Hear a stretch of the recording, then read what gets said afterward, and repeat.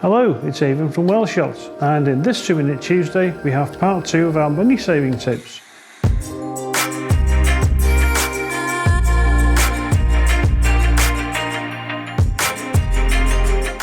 First of all, a reflector. Well, if you haven't got one, get yourself a foam board from a craft shop. Costs you a couple of pounds. It's got a nice white side on it there, and if you look where the light's shining now, it'll throw some light into my face and take it away, it's gone. If you need a harder light than the soft white which we have here, put yourself some bacon foil over the top and tape it over the other side.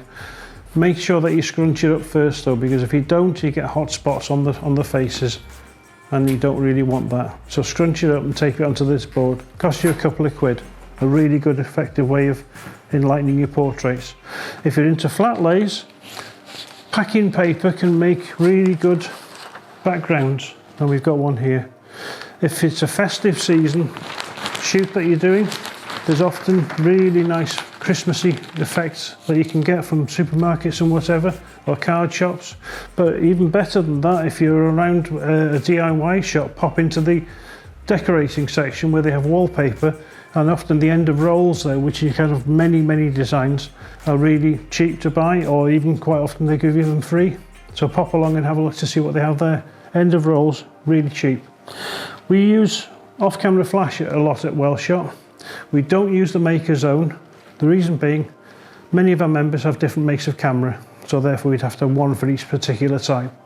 That's not practical, so we use a third-party maker's own gun, and this one will work with any particular camera. It'll work in manual, not TTL, but manual only, and the trigger here works with this particular gun.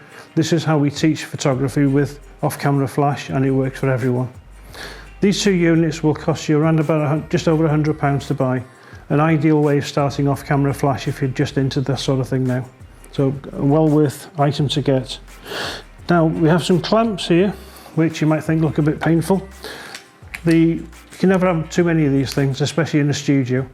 Now the big ones we use for holding various things onto tables, the bottoms or whatever, and that if you need to put a base on something, or holding a raw wallpaper onto the back.